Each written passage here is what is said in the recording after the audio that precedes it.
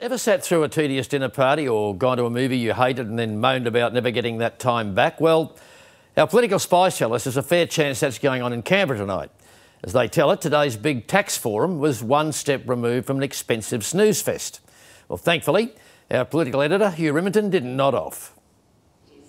What's amazing is that people turned up at all. The Prime Minister was in charge, but she'd been forced into it by the independents, Windsor and Oakeshott. Outcomes, outcomes, outcomes. But it was an oddly passionless affair. We're looking for a bit of debate, OK? So be a bit less polite, will you? It's a quarter of a century since Labor last called a tax summit. Bob Hawke then famously shut down Paul Keating's plans for a GST. He considered it political suicide. Their successors now see political suicide in any changes to the GST. They won't stand for it. The carbon tax and the mining tax are also off limits.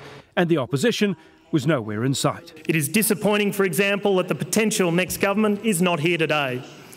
They should be. I wasn't invited, and I don't believe in gate-crashing events that I'm not invited to. Inside, the faint stirrings of class war as the unions and business squared off. Business doesn't come to this debate with clean hands. Whether the union movement want to accept it or not, business taxes and charges are a constraint on investment. I see no justification at all for a further reduction in the company rate. The first iteration of the resource super profits tax was a redistribution of wealth.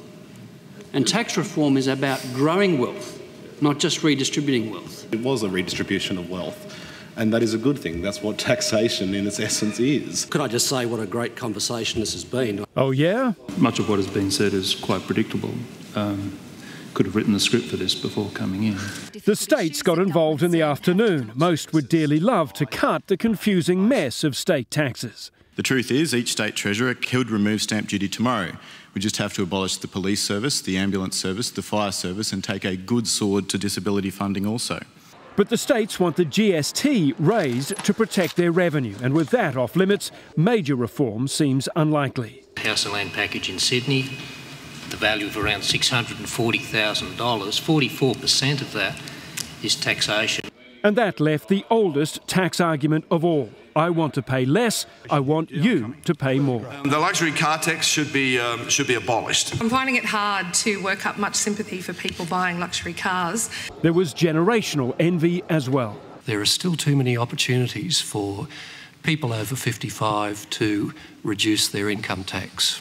The Greens turned up to push for more taxes on polluters, an end to duty-free tobacco and tax action on obesity. We should be very smartly looking at the Danes' saturated fat tax, 3%. The only clear point of agreement, the mind-snarling hassle of it all.